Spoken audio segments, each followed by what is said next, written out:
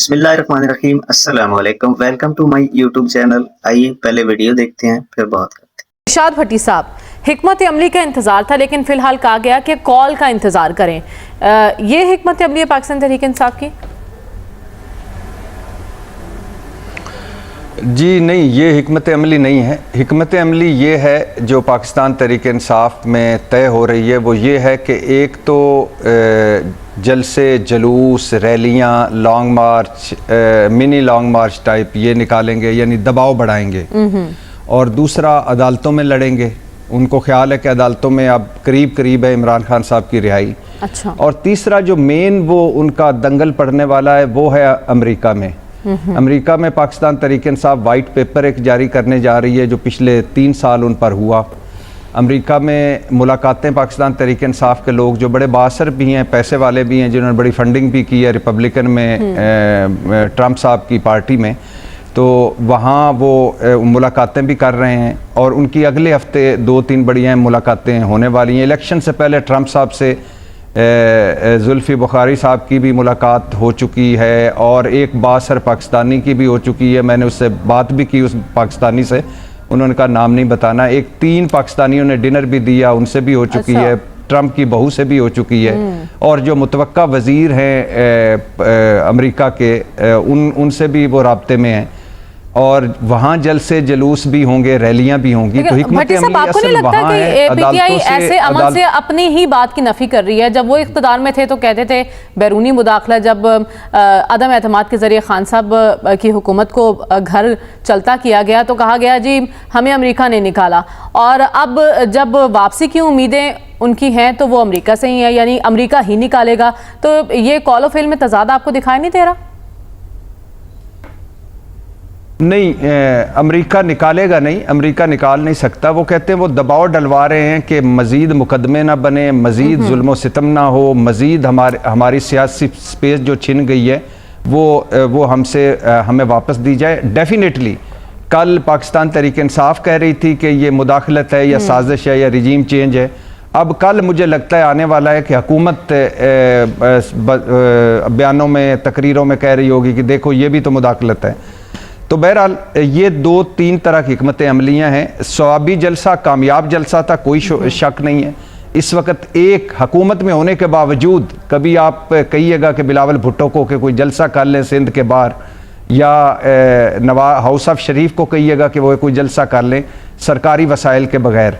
तो अच्छा power show था। पाकिस्तान तहरीक इंसाफ ही इस पोजीशन में है कि जो इस तरह और पिछले 3 सालों से मुश्किल तरीन वक्तों में करती आई है। यानी आप ये कह रहे हैं अमेरिका से उम्मीद लगा के अब आपको लग रहा है कि पीटीआई की मुश्किलात कम हो सकती हैं आने वाले दिनों में?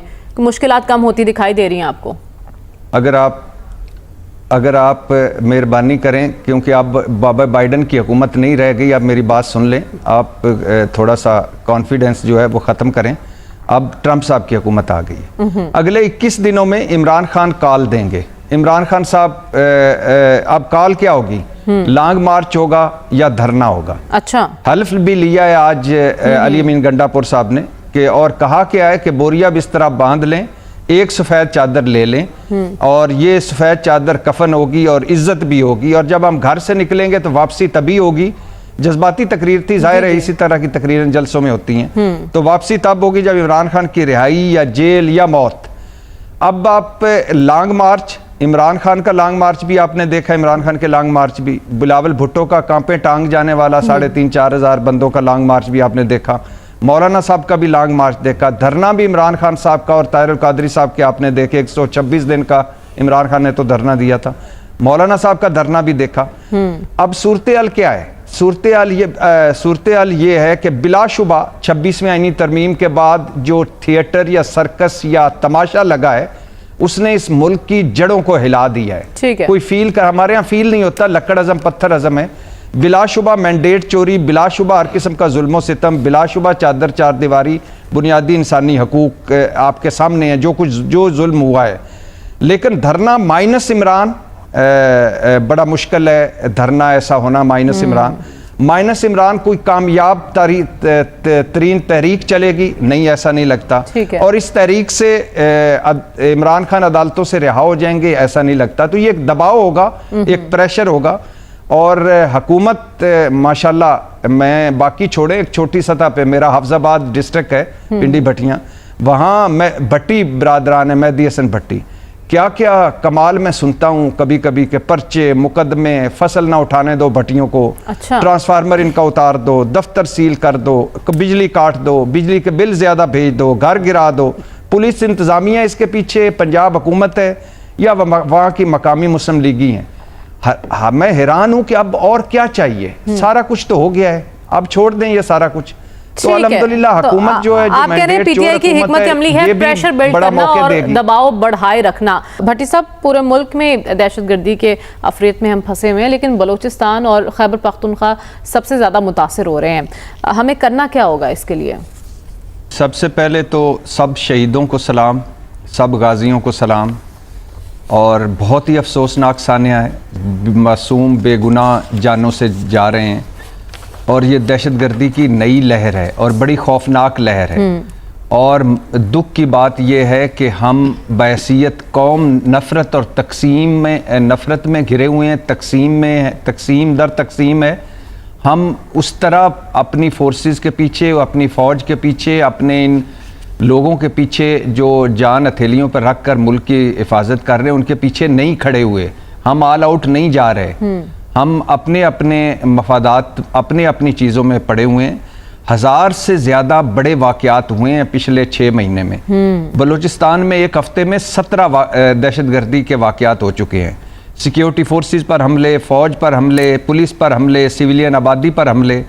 और ये दहशतगर्दी की नई लहर कितनी ख़तरनाक है कि पहली दफ़ा ये ज़िंदगी में, मेरी तो ज़िंदगी में पहली दफ़ा हुआ है, कभी ऐसे किसी चीनी सफ़ीर ने तकरीर नहीं की और नहीं कहा कि जब तक हमें आप महफूज माहौल नहीं देंगे सी पैक आगे नहीं बढ़ सकता।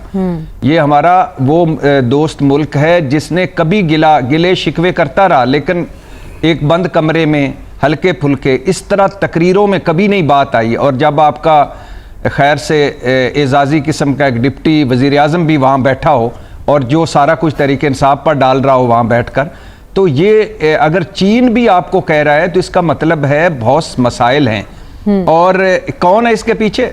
मुझे तो इनडायरेक्ट अमेरिका भी लगता है, भारत तो डायरेक्ट है इसके पीछे। और भारत सिर्फ पाकिस्तान में टारगेटेड किलिंग नहीं कर रहा, दहशतगर्दी नहीं फैला रहा, अमेरिका कनाडा तक उसकी दहशतगर्दी के चर्चे हैं और खारिज हैं इसके पीछे। ये जिनको कहते हैं तहरीक तालिबान वगैरह, ये इनके पीछे हैं। और एहसास से महरूमी भी है, तबकाती ऊंच नीच भी है, हमारे वो तमाम मसले भी हैं जो हमने कभी बैठकर हल ही नहीं किए, वो हैं। और सी पैक भी हदफ है, फ़ौज भी हदफ है, पाकिस्तान हदफ है।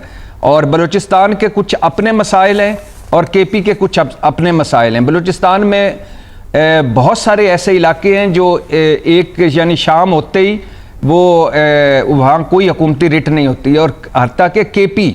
और अब ये सिर्फ बलूचिस्तान लहू लहू नहीं है, पाकिस्तान लहू लहू है। और मैं हैरान था, यानी आपके एक हमारे वज़ीरे जो हैं, हमारे वज़ीरे दाखिला हैं, ये कल फरमा रहे थे कि ये SHO की मार है। अब मुझे नहीं पता वो SHO किधर है और इनकी पॉलिसी किधर है, इनका विजन किधर है। ठीक है, लेकिन ऑल आउट जाना पड़ेगा, अपनी सिक्योरिटी फोर्सेस के पीछे खड़ा होना पड़ेगा, फौज के पीछे खड़ा होना पड़ेगा, फौज को कौम की सपोर्ट देना पड़ेगी और जीरो टॉलरेंस रखना पड़ेगी। और ये जो अच्छा फैसला किया था कि ये अफगानिस्तान वापस उनके तारकीन वतन भिजवाने हैं, अपनी सरहदों को फोकस करना पड़ेगा।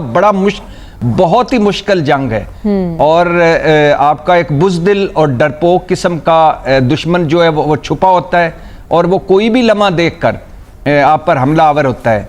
और हमलावर कहाँ होता है? जो मासूम बेगुनाह लोग, उनको भी नहीं छोड़ता। सॉफ्ट टारगेट तो बड़ा मुश्किल वक्त है इस मुल्क पे। प्लीज सारी कौम मुत्तहिद होने की जरूरत है। आप वजह फरमा रहे हैं। भट्टी साहब, आज का पाकिस्तान और मुफक्किर पाकिस्तान की सोच ज़हनों में रख लीजिए और ज़रा ये बड़े बड़े जो हम भाषण देते हैं, बड़े बड़े शेर सुनाते हैं, बड़ी बड़ी बातें करते हैं, ना ये कायदे आज़म का पाकिस्तान है, ना ये कायदे आज़म का पाकिस्तान रहा है, ना ये वो पाकिस्तान है जो कायदे आज़म ने बनाया था। आधा मुल्क हमने तुड़वा दिया है कायदे आज़म के पाकिस्तान का। और ना ये वो ख्वाब है जिसका जो इलामा इकबाल ने देखा था, ना ये वो पाकिस्तान है जिसका ख्वाब इलामा इकबाल ने देखा था। आज कायदे आज़म कराची के मिज़ार और सिर्फ नोटों पर हैं, और आज इलामा इकबाल तकरीरों, बयानों और हवालों में। और दुख की बात यह है कि इलामा इकबाल के शेर बड़े धड़ल्ले से जालिम और गासिब भी पढ़ते हैं। इकबाल की खुदी आज कशकोल में पड़ी हुई है, और इकबाल के शहीन सदकों, ज़कातों, राशनों की कतारों में लगे हुए हैं। और कायदे आज़म और इलामा इकबाल के पाकिस्तान का ये हाल है कि पाकिस्तान का मैंडेट चोर वज़ीर आज़म कहता है कि भिखारियों के पास कोई चॉइस नहीं होती। ठीक है, तो कायदे आज़म और इलामा इकबाल रुखसत हो चुके। अब ये हाउस ऑफ शरीफ का पाकिस्तान है, जरदारी एंड कंपनी का पाकिस्तान है, और 10% तबका अशराफिया का पाकिस्तान है, जिनके 10% के लिए ये जन्नत है, 90% के लिए ये आपको आज का पाकिस्तान इकबाल और कायद का पाकिस्तान नहीं लगता।